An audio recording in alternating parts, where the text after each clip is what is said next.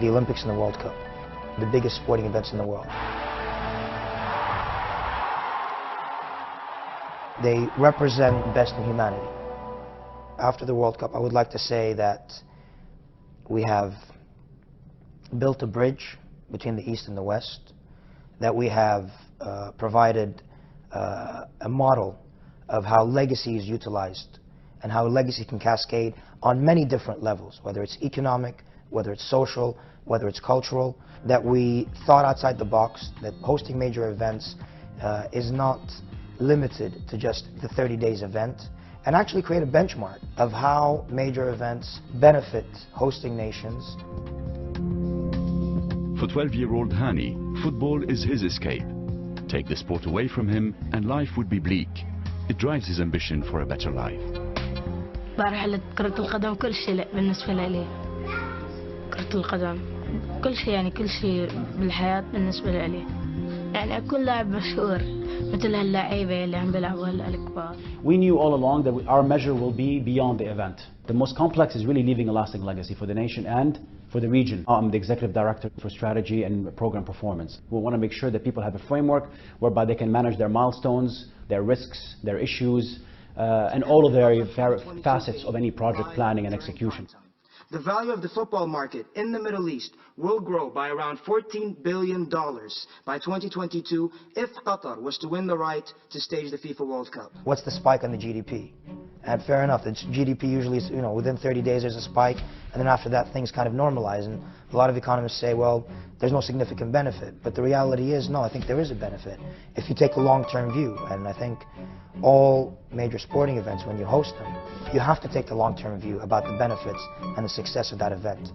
Every single disadvantage that people consider to be a challenge or a disadvantage, we actually turned it into an advantage and a positive advantage or a significant advantage. When we had sort of a clear agenda, a clear idea of what a post-World Cup 2022 in Qatar would look like, we worked backwards to come up essentially with our goals, and more importantly, what are the objectives associated with those goals for the next 3-year period. We wanted to make sure it's achievable, something we can put our hands around. The organization is going from a 50 to 60-man company during the bid, and to what will be in the next 2 to 3 years, probably 500 to 600.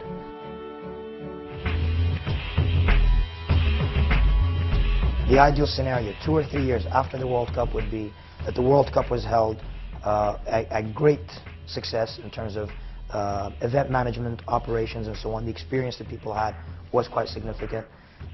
People were able to experience the Middle East as well and what the Middle East represented in coming to Qatar. People who visited Qatar for the first time and might have had certain concerns about visiting the Middle East were able to take an opportunity out of that, out of visiting the World Cup, to visit neighboring countries as well and get to know what the Middle Eastern region is about. The facilities were utilized as we had envisioned from before in a very successful manner. The operations of the event went successfully. All the infrastructure that was put in place showcased a very advanced form of hosting a World Cup. The infrastructure utilized the most advanced forms of technology, of course, all these elements. We've always looked at our stadiums having a legacy benefit post the World Cup. For example, in one of our stadiums we've got a hotel, and that the fact that the hotel actually generated significant revenues for the club and got utilized in a very efficient way. The other element also is the fan experience, to ensure that the fans that visit the Middle East for the first time really get to know the average individual there, and get to know that the average individual is no different between me or yourself. And at the same time also have the Middle East, the celebrations that the World Cup offers expand to the rest of the Middle East, and the Middle East kind of opens itself up also to the rest of the world. That is one of the measures of success. When countries nowadays bid to host mega events like the World Cup, they usually don't only do them for their sporting reasons. A lot of countries use it as a catalyst. Some countries use it for infrastructure development. Some countries use it for promotion. I think Qatar saw that there's a value in both. I think Qatar is a country that's rapidly growing, economically, socially, environmentally. So the World Cup serves an excellent catalyst for this kind of development. I think Qatar is also looking to diversify. Qatar historically, 85 to 90% of its economy is based on hydrocarbons, so oil and gas. And for you to be sustainable, you need to start looking beyond that. You don't know if it's going to last over 100 years.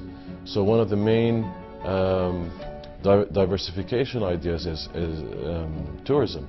Qatar, a lot of people may think, is a hot country. Yes, it is, but 8 months out of the year has beautiful weather.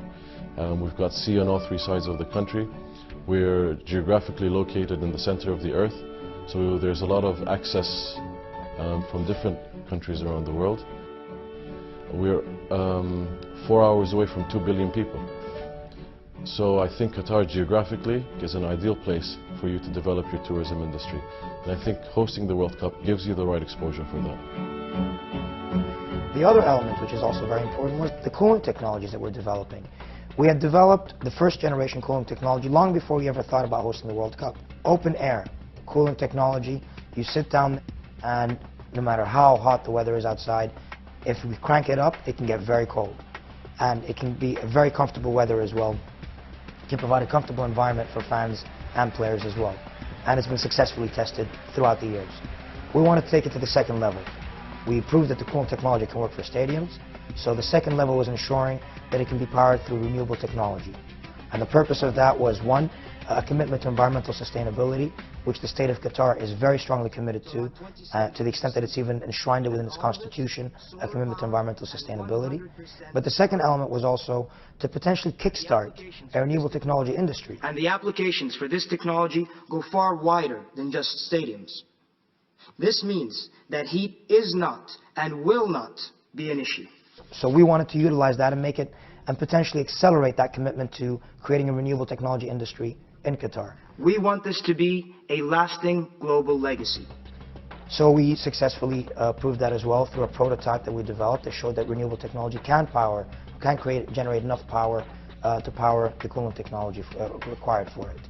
And the fact was, in the end, one of the challenges was, yes, the impression that people had that it's in the Middle East. Can we be comfortable going to the Middle East? And the reality is, yes, you can. It's nothing new for us.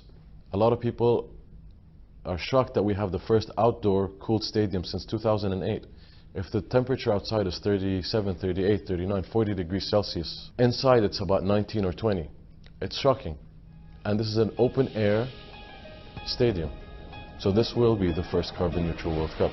This at the end of the day is going to be a legacy for the country. If we can cool outdoor places, we're going to have better summers. We're going to have summers that people can spend a lot more time outdoors.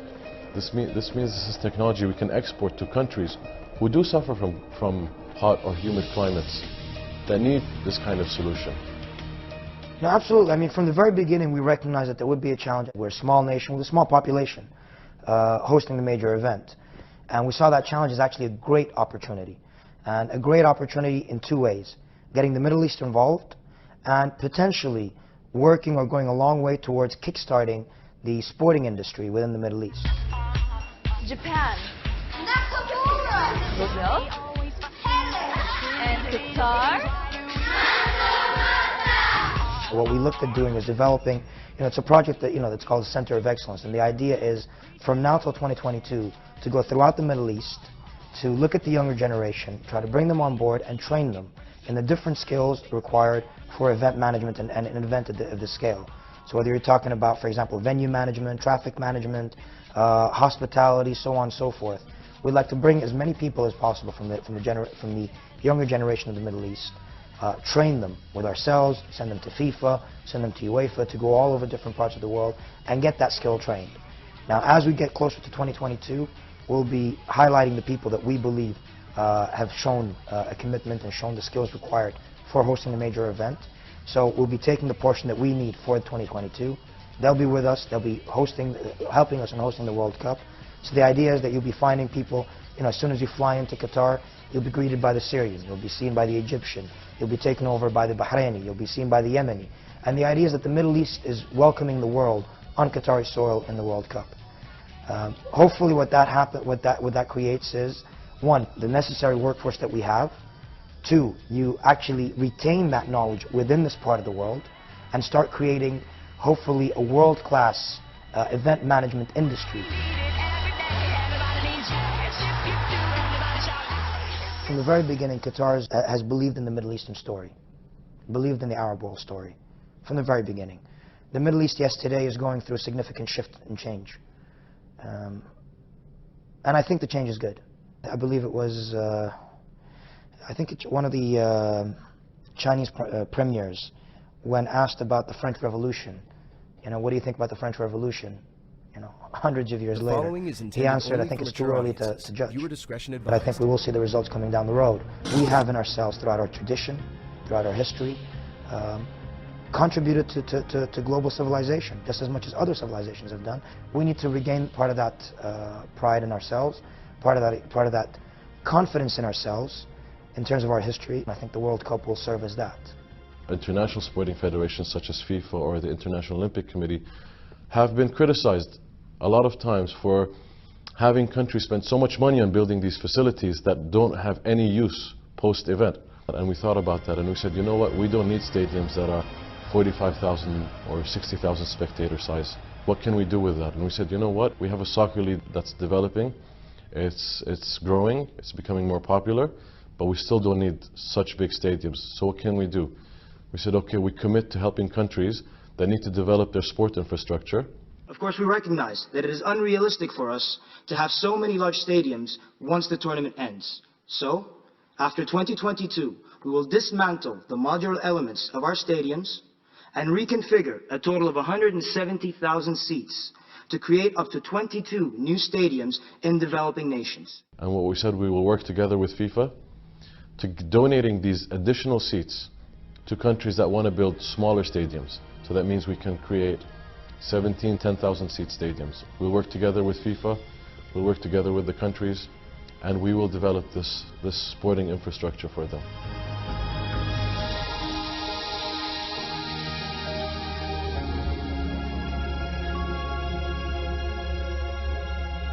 So again, you have visionary leadership, you have visionary stakeholders that were clearly dedicated and motivated to these various sectors, but there was never a cohesive element to tie them all together under one umbrella. This is where we felt we had an opportunity with the World Cup, is that we can really be the link between all of these great ideas, the conference and exhibitions, the meetings, the sports, and it really demonstrates where the leadership want to take the nation on so many levels, built around 4 pillars: social, human, economic, and environmental. For me, I think it demonstrated, again, the direction they want to take, the commitment they have, and it's something that I wanted to be part of. So I think this is an opportunity for football to show the world that it can be a catalyst to further develop technology, develop humanity, and leave lasting legacies.